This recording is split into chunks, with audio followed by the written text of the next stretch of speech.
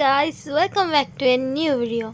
तो बहुत दिन पर देखा होची मोर आपण मानक सहित कारण ऑपरेशन परे मु एटा फर्स्ट ब्लॉग जोटा कि शूट करची। आउ एबे भी फेस टिके डल अछि कम पाइना देह एते भी ठीक हैनी किंतु चलिबो बहुत मैनेजेबल सब किछि। आउ आजिर मेन्यू रे अछि भात डाली ता सहित छुई आलू भजा आ ता सहित मु नेथिली गोटा आलू चप। आज घर को आसी मो मम्मी माने मो झील माने आम झील बर्षु आसी आउ पुओ आसी पारानी पुओ को टिके ज्वर अच्छे तार देह भल लगलानी से आसलानी आउ झील आसला से आज झीर मोर बसिकी टाइम पास करूँ। मो पाखे किसी स्टेनसिल्स थिला किसी मेहंदी स्टेनसिल्स थिला जो गुड़ा कि आमे एबे ट्राए करूँ लगेया मु या पूर्व एकुटिया थोड़े लगे चेष्टा करछि किंतु आज मु सबू स्टेनसिल गुड़ा को काटी नहीं साइज रे आउ अलगा अलगा काटिकी ताकू आज आम अलगा प्रकार ट्राए करूँ जे यही मेथडटा होउछि ना नहीं ठीक भाव में। प्रथमे झील बाछि गोटे गोलाप फूलर डिजाइन को आम पापुली रे लगेइथिलु तापरे अलगा अलगा प्रकार मिनी डिजाइन्स को आम आंगुठी रे लगेइबु तापरे आमे से चाइना मेहंदी देबू आ ताको कौ मेथड रे फिल करूँ से आग को वीडियो रे देखंतु।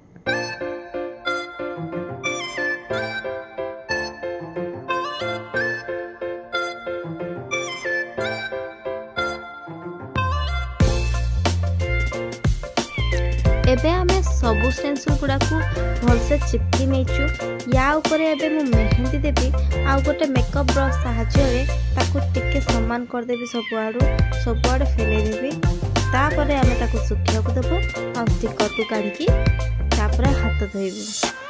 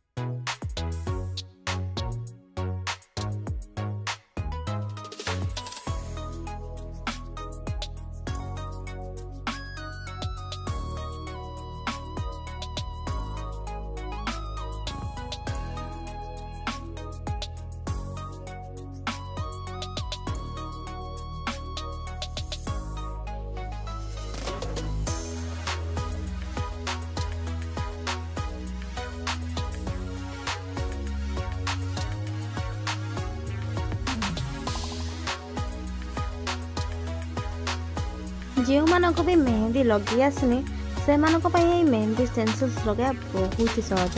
बास ताको चिपके दियो ता ऊपर मेहंदी को साइज रे लगे कि ताको धोई भी पारिबे नहले आग स्टेंसिल को काढ़ी तापर धोई पारे। आमे टिके जल्दी काटिदेलु से कलरटा एते भी गाढ़ा आसलानी किंतु आपण ठीक टाइम रे रखिकी काढ़े निहाती बहुत सुंदर कलर आसीबो। मेहंदी लगे सारिबा परे आमे किछि समय रेस्ट कलु आ रेस्ट कला परे मु जीवे झीर फेवरेट बाइगणी बनेया को। जेहेतु झील आसी किसी स्पेशल न बनइले ताको भल लगिबनी से बाइगणी बनईदेवी ता सहित पकुड़ी बनईदेवी आ तो सहित बनईदेवी किसी फ्रेंच फ्राइज। मु आगर फ्रेंच फ्राइज बहुत थर बनई किंतु मझे किसी दिन मो फ्रेंच फ्राइज गुड़ा परफेक्ट हुए ठीक क्रिस्पी आ कुरकुड़िया हुए से बनवा छाड़ी देती किंतु आज झील आसला पुणी थे बनवाई ट्राए कली आ बहुत ही सुंदर फ्रेंच फ्राइज बनईला। आज झील को बाइगणी भी बहुत ही भल लगे। आज बाइगणी एते भी तेल नाला या पूर्व थर बनई तो कॉर्नफ्लोर टिके मिसई से बहुत तेल थिला किंतु एथर कॉर्नफ्लोर मिसैनी से तेल एते भी नहीं। तो जेहेतु बाइगणी टिके तेल हम किंतु बेसी तेल से नहीं एथर आ बहुत भल क्रिस्पी सा बाइगणी बनी आ झील को भी बहुत ही पसंद आसला।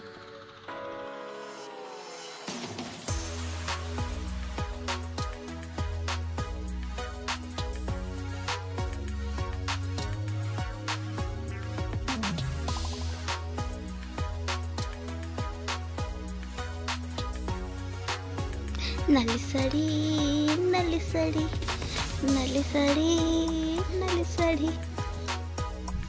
आलू को पिल कर नवा परे मु ताको फ्रेंच फ्राइज रो शेप रे काटी नै थिली तापर ताको 5 मिनिट पई सिझेबा को छाडी देथिली सेतरे लूण बिल्कुल भी पकई नथिली तापर ताको भलसे पोछि पाछि के सुखेइली आ सुखेला परे कॉर्नफ्लोर रे गुळै की एबे मु ताको तेल रे पकेइबी। फ्रेंच फ्राइज टिके कुड़कुड़िया हम से आम डबल फ्राए करवा तो जेहेतु सीझा जाइए बेसी समय फ्राए करने को पड़ानी तो किसी समय फ्राए करिया परे से तार हल्का गोल्डन कलर को पड़े आसो आ स्टेज रे मुझे बाहर को काढ़ी नेबी। जदि अत्यधिक आलू एका बेले पकई दिज्व तो से लाखिजे आ भलसे कुड़कुड़िया हेबेनी तो से अल्प अल्प कि विभिन्न बैच रे पकड़ा पड़ो बारंबार पकड़ा पड़ो। तो ये गोटे बैच मु तार कंप्लीट करके काढ़ी आनिबी तापरे मु सबुतक गोटे थर फ्राए तो ये फास्ट टाइम पे से फ्राए हो जाइए तो या स्टेज रे मु काढ़ी देबी किंतु ए स्टेज रे से प्रॉपर्ली क्रिस्पी हेइनी तो या परे मु ताको आउ थरे तेल रे पकेबी टिके समय परे आउ भल भाव रे क्रिस्पी करी झियो को देबी।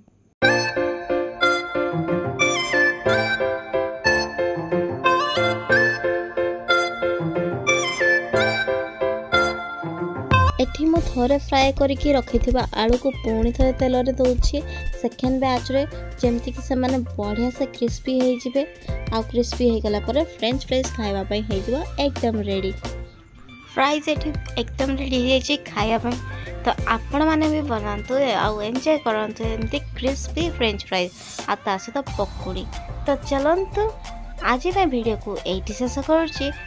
वीडियोटी भल लगी लाइक शेयर एंड सब्सक्राइब करने को बिल्कुल भूलें आ सब्सक्राइब कर सारा पर बेल आइकन प्रेस निहाती करते। तेरे चलते आज बाय बाय।